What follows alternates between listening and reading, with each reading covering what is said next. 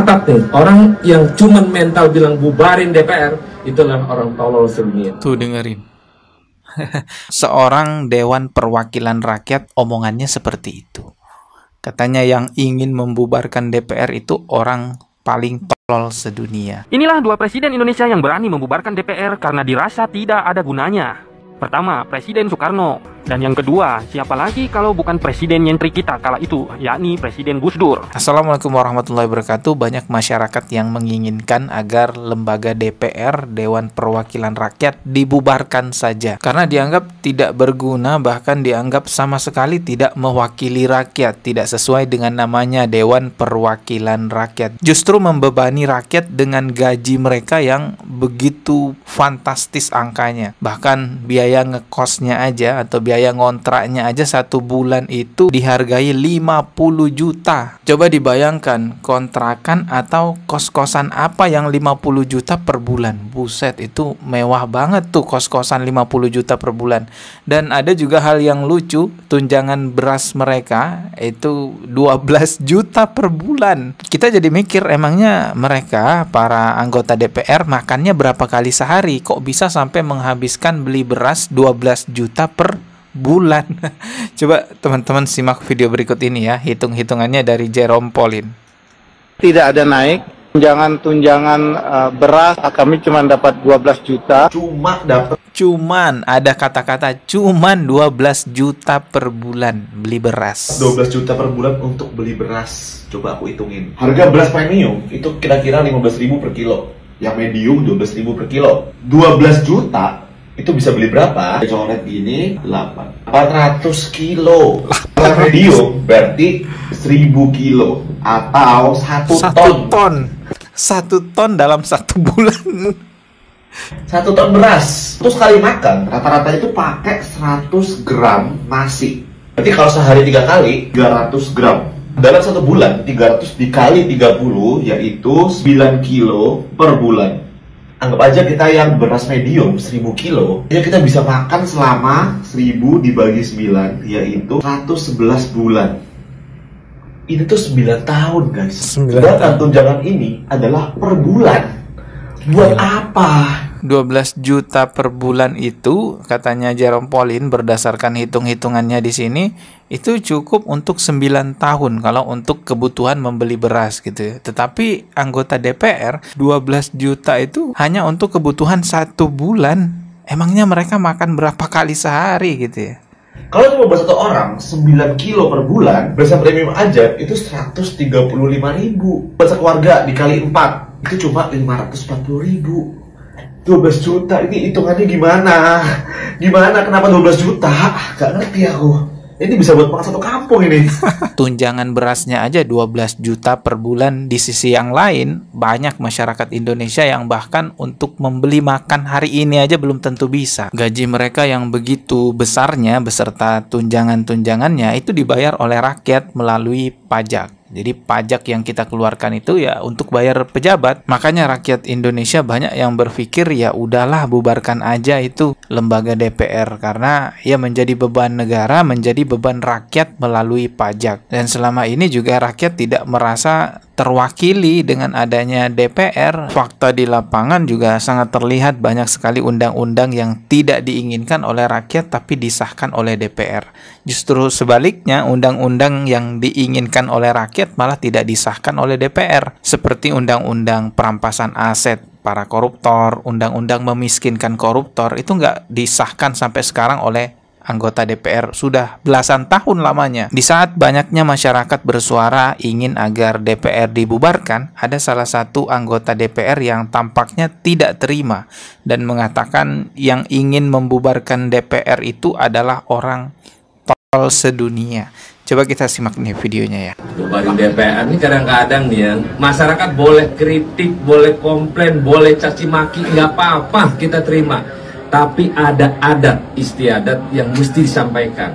Apakah dengan membubarkan DPR memang meyakinkan masyarakat bisa menjalani proses pemerintahan sekarang ini? Belum tentu. Maka jangan menyampaikan hal-hal seenaknya, bubarin DPR. Jangan.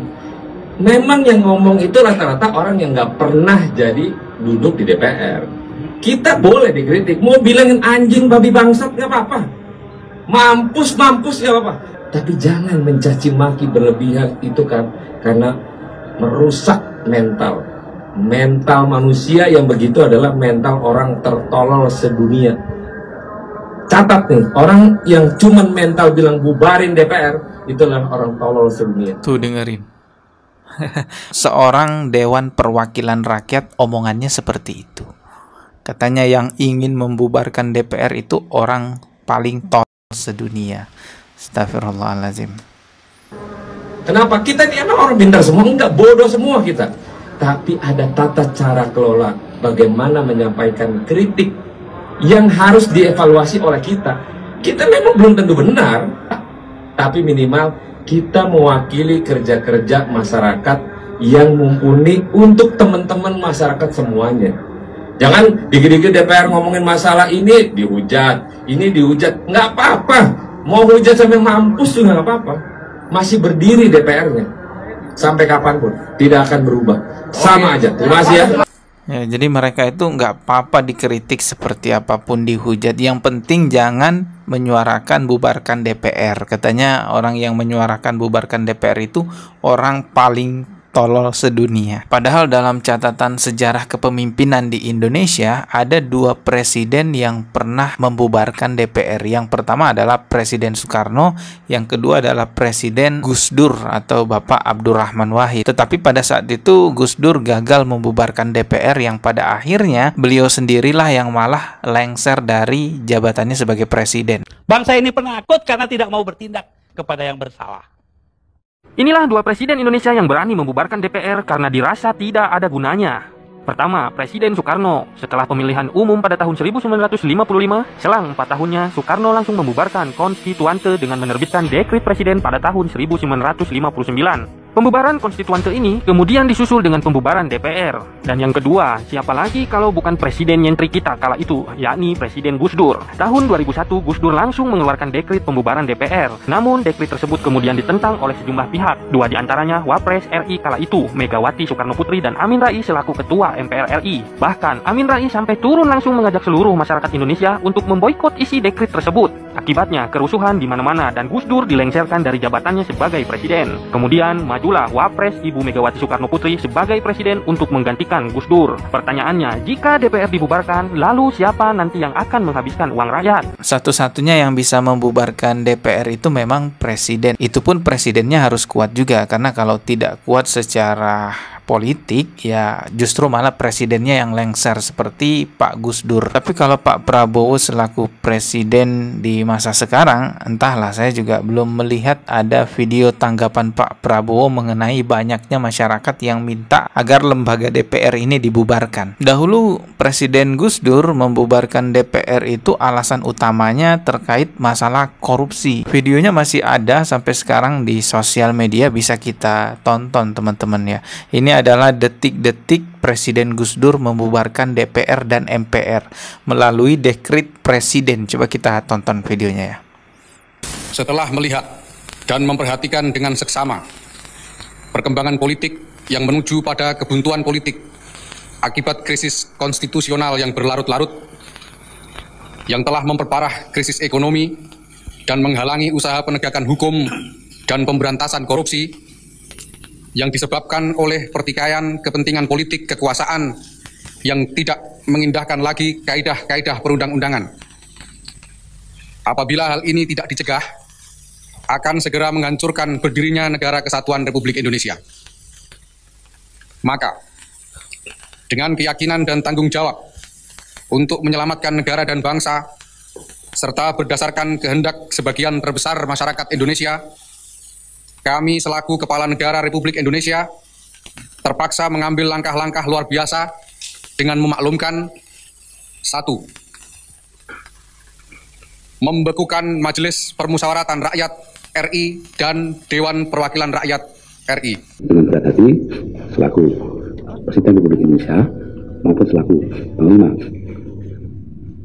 Angkatan Perang Indonesia, Panglima Tertinggi Angkatan Perang Indonesia, saya mengumumkan pemberlakuan Salah satu di antara diktum berikut ini adalah pembekuan DPR dan MPR. Karena itu TNI dan Polri berkewajiban untuk menghalangi adanya sidang istimewa yang akan digelar besok pagi.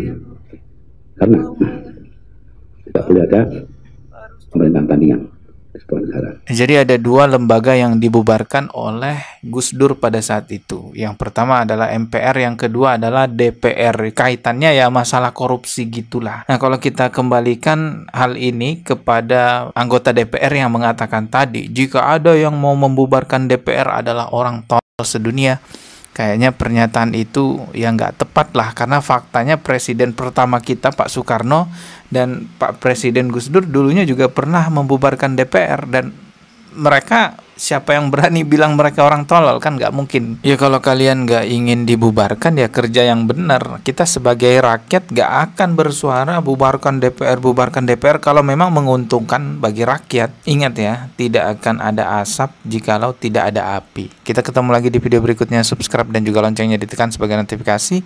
Wassalamualaikum warahmatullahi wabarakatuh.